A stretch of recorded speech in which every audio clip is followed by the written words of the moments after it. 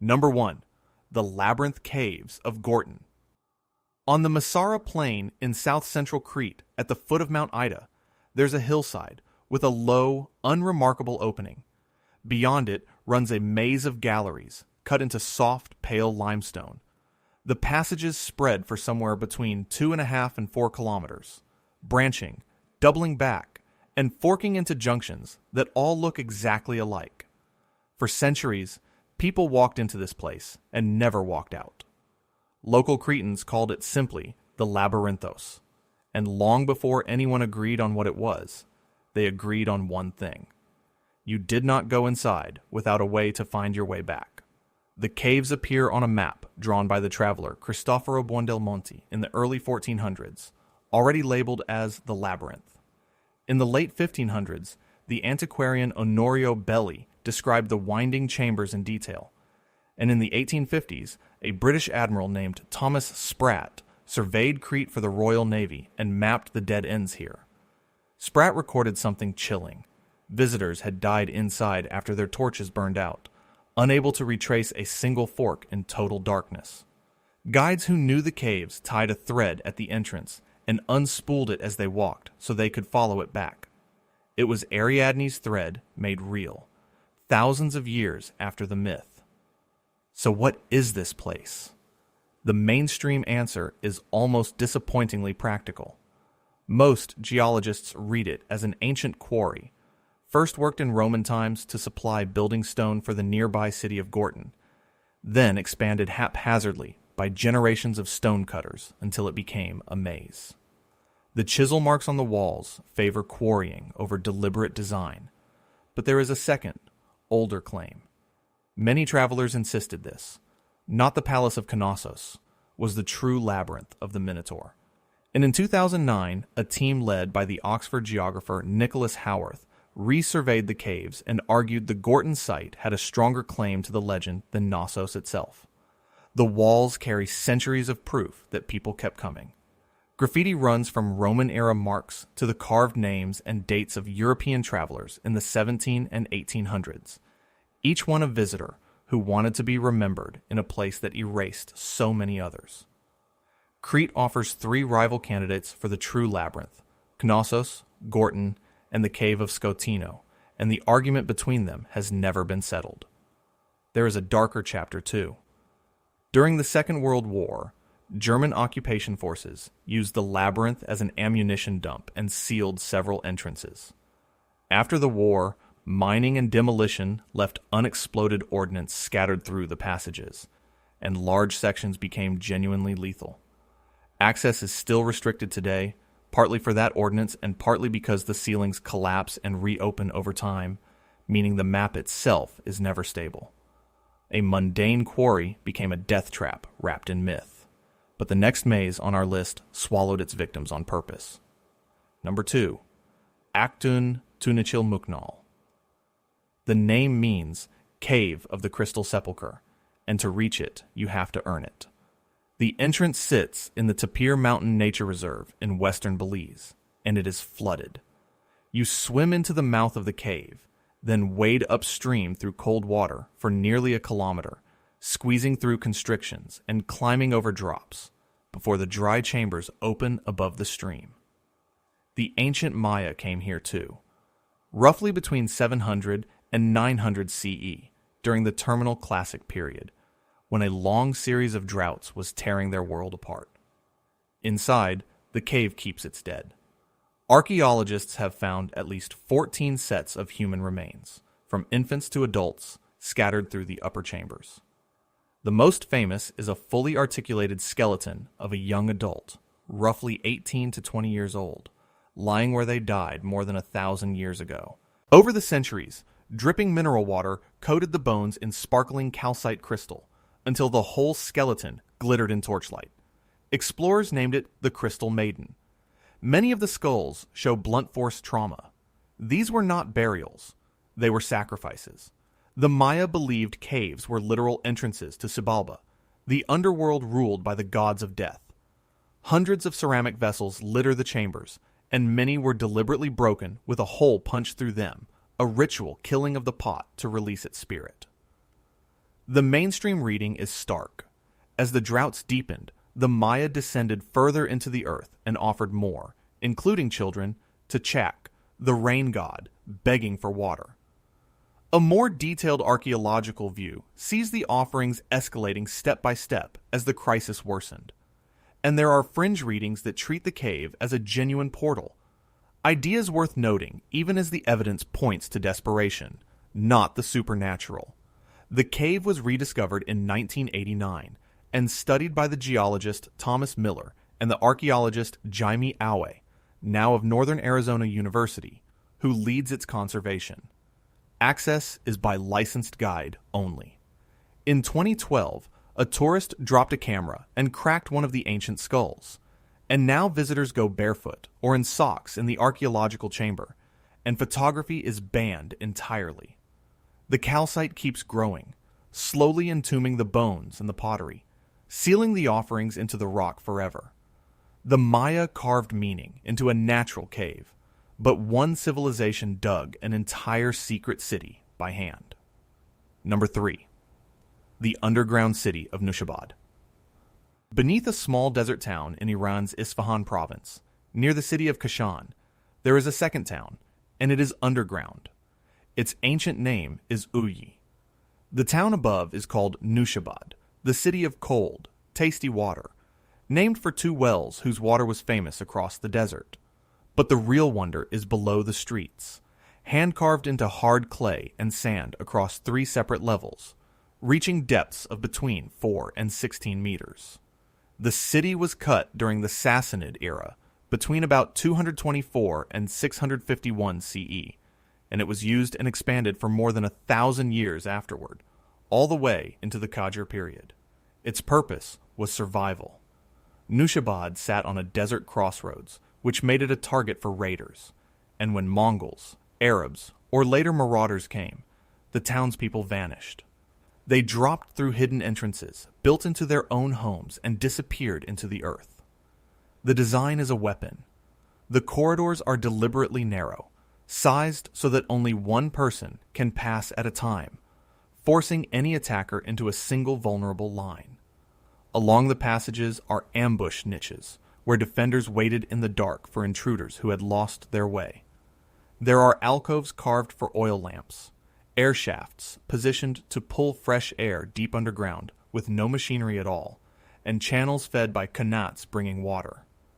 There are living quarters, storage rooms stocked for long sieges, and toilets.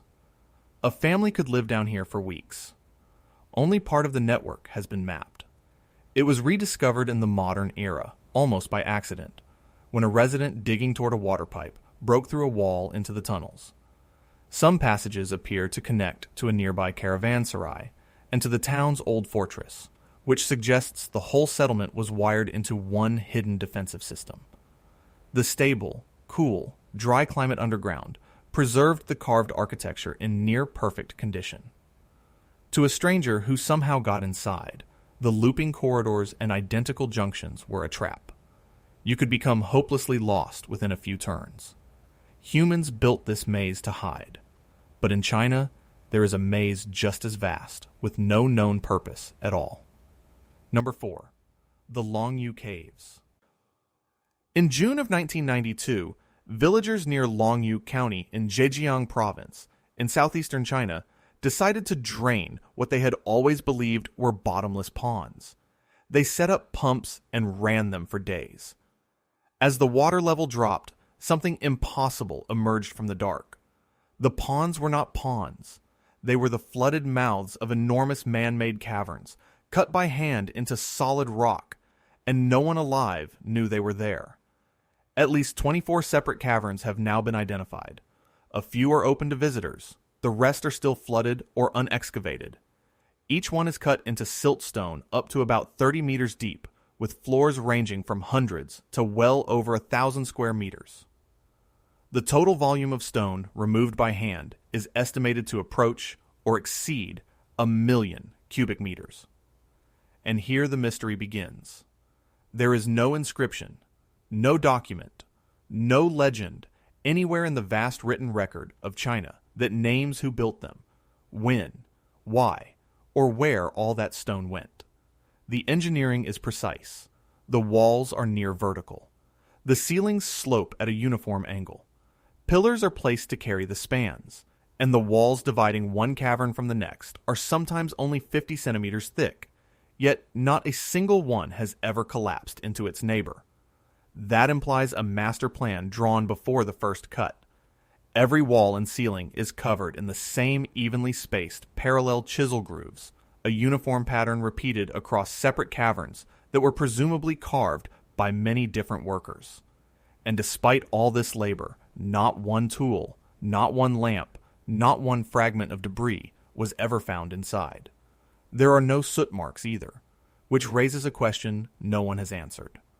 How did anyone see well enough to carve in total darkness? Chinese scientists, including researchers connected to Tongji University, have studied the caves for decades and reached no consensus. The leading theories are practical: royal tombs, grain or supply storage, military barracks or a staging ground, a quarry. Others push further, calling the caverns evidence of lost technology, a claim worth examining even as the mainstream stays cautious. The only figurative carving found is a single image of a horse, a bird, and a fish. Everything else is those endless grooves. A real labyrinth vanished so completely from memory that its purpose was lost. But another was so fantastical that even the man who described it doubted his own words. Number 5. The Tomb-Labyrinth of Lars Porsena. Around 500 BC, an Etruscan king named Lars Porsena ruled the city of Clusium, which we now call Chiusi, in Tuscany. He was powerful enough to march on the young city of Rome and lay siege to it. And according to Roman tradition, when he died, he was buried beneath a monument so strange that centuries later a Roman writer would record its dimensions and then admit he could barely believe them. Our source is Pliny the Elder, writing in his Natural History in the 1st century CE, and Pliny cites an even earlier authority, the antiquarian Varro. The description is astonishing: a square stone base, 300 feet on each side, and about 50 feet high. And beneath that base, an inextricable labyrinth. Pliny wrote that anyone who entered this underground maze without a ball of thread could never find the way out.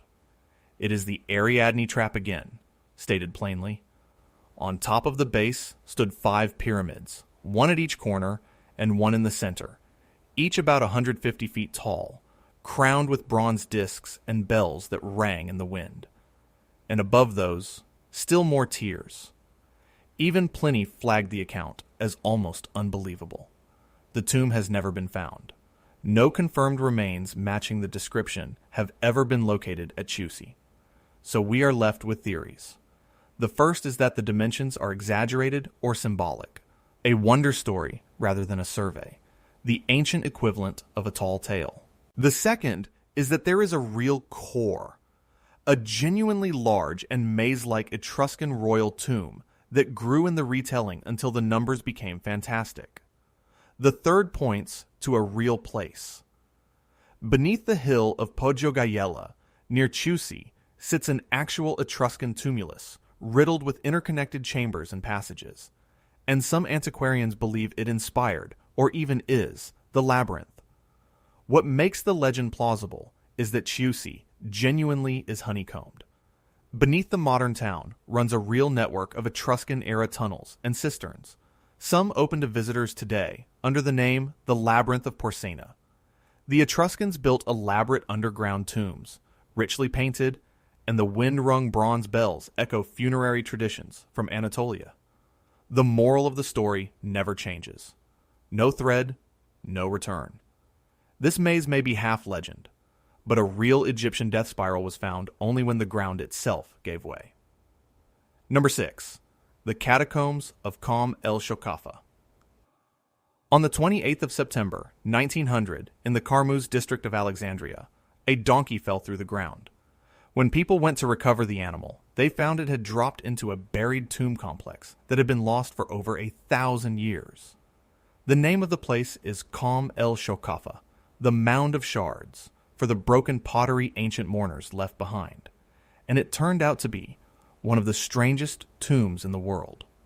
The catacombs were carved into bedrock in the 2nd century CE and used into the 4th during Roman rule over Egypt. They descend across 3 levels, and the lowest is permanently flooded and impossible to reach. You enter through a vertical shaft about 6 meters wide, with a spiral staircase winding down around a central well. That well was not for people. The dead were lowered straight down it by ropes, while the living mourners walked the spiral stairs beside them, a deliberate separation of the living and the dead all the way to the bottom. What waits below is a collision of 3 civilizations. The tomb fuses Egyptian, Greek, and Roman art and religion into something found nowhere else. In the central chamber stands a carving of Anubis, the jackal-headed Egyptian god of the dead, but dressed as a Roman legionary in armor, holding a spear. Nearby is a hall filled with the bones of humans and horses. Linked by tradition to a massacre the Emperor Caracalla is said to have ordered in Alexandria in 215 CE. There is even a banquet hall, a triclinium with stone couches, where relatives reclined to hold ritual feasts for their dead. The complex began as a single family tomb and grew, generation by generation, into a communal catacomb, its side galleries lined with rows of body niches stacked several high. The spiral descent and branching halls genuinely disorient. Groundwater constantly threatens the site, and pumps run to keep the lower levels from drowning entirely.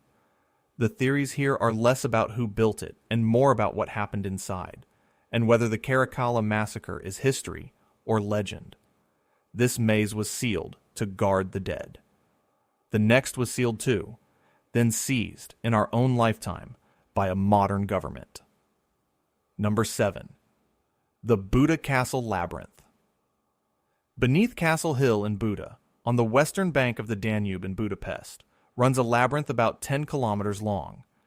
It is a network of natural caves, medieval cellars, and man-made tunnels, all woven together beneath a living, inhabited city.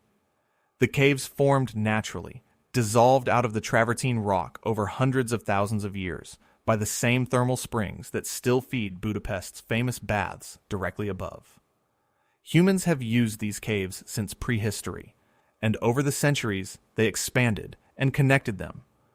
During the medieval period and the Ottoman occupation, which ran from 1541 to 1686, the tunnels served as storage, as wells, and as hidden passages. And by tradition, one prisoner was held down here in the 1460s and 70s, under King Matthias Corvinus. His name was Vlad III, Vlad the Impaler, the historical figure behind Dracula. Whether he truly sat in these specific caves is debated, but the legend clings to them. In the 20th century, the labyrinth kept finding new uses. During the Second World War, it was converted into a vast bomb shelter and a military hospital capable of holding thousands of people. During the Cold War, the Hungarian state fitted parts of it out as a secret nuclear bunker, and a section of about 1,200 meters was open to the public as a tourist attraction.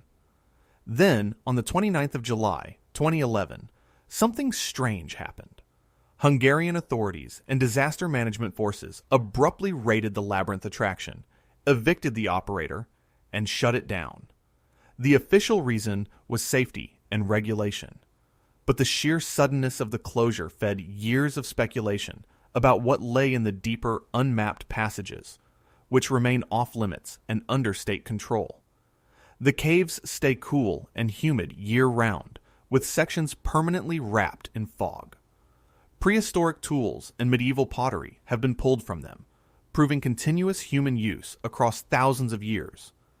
And like almost every place on this list, they carry local legends of people who went in and never came back out.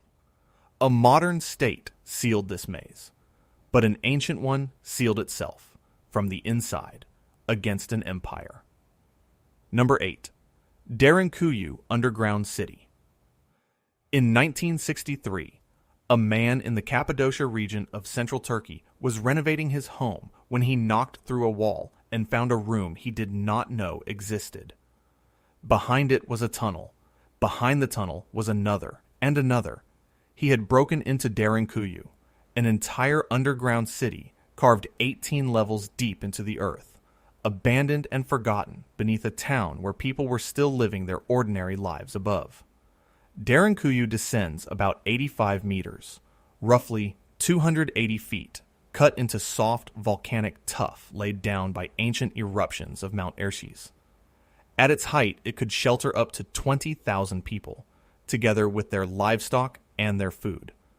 The oldest parts may have been dug by the Phrygians in the 8th or 7th century BC, but it was early Christians who expanded it into the labyrinth we see now, using it to hide from Roman persecution and later from Arab armies during the long wars of the 7th through 10th centuries CE. The defenses are ingenious. The city could be sealed from the inside by great circular rolling stone doors, up to 1.5 meters across, which could only be moved by the people within. Each door had a hole through its center, possibly to see through, possibly to thrust a spear at anyone trying to force it. The narrow passages between levels are low and single file, forcing any intruder into a crouch, exposed and slow. Inside there are stables, kitchens with soot-blackened ceilings, wine and oil presses, storage rooms, chapels, and even a large barrel-vaulted room that served as a missionary school, plus a cruciform church on one of the deeper levels. More than 50 ventilation shafts, one of them over 55 meters deep, fed fresh air to every floor, and the wells were sealed off from the surface, so no enemy could poison the water. A tunnel several kilometers long even connects Derinkuyu to another underground city, Kaymakli. It is one of more than 200 underground settlements in Cappadocia, and the deepest of them all. This maze was carved by known hands for a known fear. The next was praised by 5 ancient writers, and then it vanished. Number 9. The Egyptian Labyrinth of Hawara. At Hawara, in the Fayum region of Egypt, beside a crumbling mud brick pyramid, once stood a building that the Greek historian Herodotus said surpassed even the pyramids themselves. He visited in the 5th century BC, and he described a structure with 3,000 rooms, 12 roofed courts, 1,500 chambers above ground, and 1,500 below, and he wrote that the priests would not let him see the lower level, because it held the tombs of the kings who built it, and of sacred crocodiles. It was forbidden. This was the mortuary temple of the pharaoh Amenemhat III, who reigned in the 19th century BC, and Herodotus was not the only ancient writer awed by it. Strabo saw it too, and described a maze of passages so intricate that a stranger could not find his way in or out without a guide.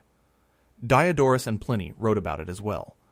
4, 5 ancient authorities, all pointing at the same wonder, and all using the same Greek word the Cretans used for the maze of Minos, Labyrinthos. Its footprint may have covered around 70,000 square meters. So where is it now? Almost nothing remains above the ground. In 1843, the Prussian Egyptologist Carl Richard Lepsius excavated at Hawara and identified the vast foundations. Then, in 1888 and again in 1911, the British archaeologist Flinders Petrie dug the site and found the labyrinth reduced to little more than a bed of stone chips. Petrie concluded it had been quarried away, its cut stone hauled off and reused over centuries, until the greatest maze of the ancient world was gone. In the same digs, he found something else nearby, the hauntingly lifelike Fayum mummy portraits. But the story is not fully closed.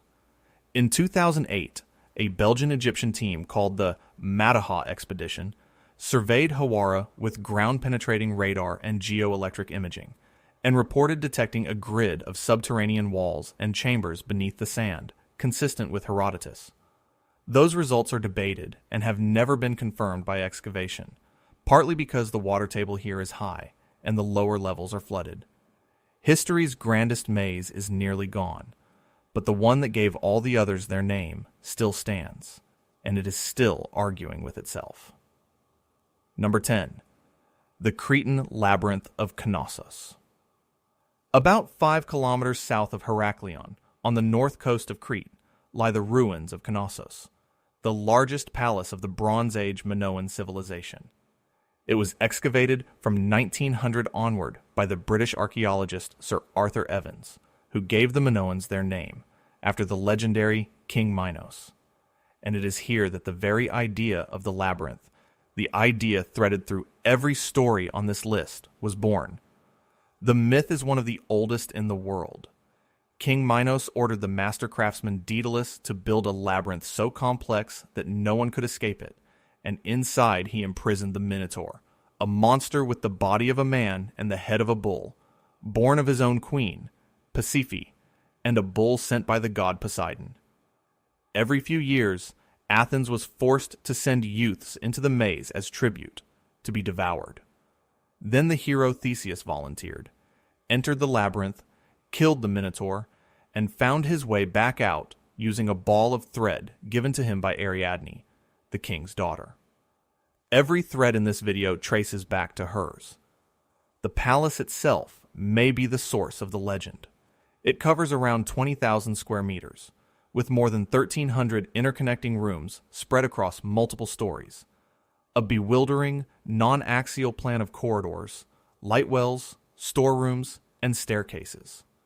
The word labyrinth may come from labris, the double-headed axe, a sacred Minoan symbol carved throughout the site, so that labyrinth may literally mean house of the double axe. Bull imagery is everywhere, in the horns of consecration, and the famous fresco of youths leaping over a charging bull, hinting at a real bull cult behind the myth. Not everyone accepts the simple story. Evans rebuilt large parts of Knossos in reinforced concrete, and critics say his reconstructions are speculative reimaginings that distort what was really there. Others argue the true labyrinth was never the palace at all, but the caves of Gortyn, or the cave of Scotino. The palace was struck again and again by earthquake and fire, with a major destruction around 1450 BC, and its decline is tied to the eruption of the Thera volcano around 1600 BC. A literal maze has never been found beneath it. And yet, every lost labyrinth we have walked through today is measured against this one. Step back from the 10 of them, and a pattern comes into focus. These mazes were built by people who never met, on 3 different continents, across more than 2,000 years, and yet they keep doing the same 3 things. They defend, they bury, and they mark the threshold to another world. Nushabad and Derinkuyu are defense mazes. They take a simple, brutal idea that a stranger who cannot navigate is helpless, and they turn architecture into a weapon, with single-file corridors, ambush niches, and rolling stone doors sealed from within. Then there are the tombs. Porsena's labyrinth, the spiral of Shoqafa, the vanished halls of Hawara, and the palace of Knossos all wrap the dead, or the sacred, in confusion. The maze protects what must not be disturbed, and it punishes the intruder who reaches for it. Over and over, we meet the same haunting feature, the forbidden lower level, the part of Hawara the priests would not show Herodotus, the flooded bottom of Shoqafa, the sealed depths of Buda. Something down there was never meant for you. And then there are the ritual mazes, like the cave of Actun Tunichil Muknal, and the myth-soaked dark of Gortyn, where the passage itself is a doorway to the underworld. What is striking is that no one taught these builders to think this way. Iranian defenders and Cappadocian Christians and Maya priests arrived at the labyrinth independently, because the human mind fears the same thing everywhere, the space it cannot map. The same tools recur too, the guiding thread, the sealing stone, the poison-proof well. Water shows up again and again as a Qanat feeding a hidden city, as the flooded floor that seals a tomb, as the moat of darkness a swimmer must cross to reach the dead. A maze is a place where an outsider loses agency, and power has always been expressed by controlling who is allowed to find the way through. It is no accident that the countdown format itself, 10 or 12 forbidden places in a row, keeps pulling audiences in, because each one renews the same primal question. But how did people actually cut these things out of the earth? The answer starts with the rock. Almost every maze on this list was carved into stone, soft enough to work with hand tools. Cappadocia's volcanic tuff is famously easy to cut when freshly exposed, then hardens as it meets the air, so Derinkuyu grew deeper with every generation. Gortyn is soft marl. Nushabad is packed clay and sand. Shoqafa is Alexandrian bedrock. The builders were not defying physics. They were reading their geology and exploiting it. But soft rock does not explain everything. At Longyou, the walls carry 1,000,000 cubic meters of removed stone and not a single record of where the spoil went, or how workers saw to carve in absolute darkness with no soot on the ceilings. At Nushabad, the answer to the darkness is visible. Small alcoves cut for oil lamps every few meters. Ventilation was engineered by placing shafts to draw fresh air down naturally, the same principle that kept 20,000 people breathing at Derinkuyu through more than 50 shafts. Water was managed with qanats and sealed wells. Spans were held up with carefully placed pillars so that walls 50 centimeters thick never failed. You can even see a learning curve across the centuries, from simple hidden refuge pits to single-file tunnels to full multi-level underground cities with churches, stables, and schools stacked 18 floors deep. Each generation of diggers inherited what the last one learned, and the mazes grew more ambitious as that knowledge compounded. The Egyptians at Hawara cut a single burial chamber from one colossal block of quartzite and guarded it with trap corridors and sliding stone, a labyrinth in miniature. And today, the tools have changed. Ground-penetrating radar, geoelectric imaging, LiDAR, and three-dimensional mapping now let archaeologists trace these mazes without ever lifting a chisel, which is exactly how the Mataha team claimed to see Hawara's buried grid. The real wonder was never magic. It was patience, geology, and staggering amounts of human labor. And all of it fed a story we have never stopped telling. That story has a name, and it is Ariadne's thread. It is the oldest navigation aid in human imagination, a simple line that means, "Follow me back to the light." The cast around it, Theseus, Ariadne, and Daedalus, became the template for every maze tale that followed. And the thread was never only a myth. Remember the guides at Gortyn, tying real string at the entrance and unspooling it as they walked, reenacting the legend because the danger was real. Remember Pliny insisting no one could leave Porsena's tomb without a ball of thread. The labyrinth became humanity's master metaphor. Cretan coins minted at Knossos were stamped with its emblem, a maze reduced to a single elegant sign. Its winding symbol turns up on ancient floors, and, much later, in the stone pavements of medieval cathedrals, walked slowly by pilgrims as a form of prayer and penance. There is even a technical distinction hiding inside the word. A true labyrinth has one winding path that always reaches the center, offering no wrong turns at all, while a maze branches and forks and tries to trick you. But in popular imagination, the two have long since merged into one image of the inescapable. What never changes is the moral. The maze is a trap for the greedy and the proud, a place of descent, and, if you are lucky and guided, return. Behind the monster, there is usually a memory of something real. The Minotaur likely preserves the echo of a genuine Cretan bull cult. The shared Greek word labyrinthos, applied to both Knossos and Hawara, hints at how ancient travelers linked wonders across the sea. And the hook that opened this very video, explorers who went in and never returned, is itself thousands of years old, because these places really did take people. The labyrinth endures because it is the shape of the unknown itself, the sacred threshold you were warned not to cross. So what is left to find? More than you might think. The Longyou Caves remain a near total blank. Their purpose, their exact date, and their builders all unknown, with most of the 24 caverns still flooded and unexplored.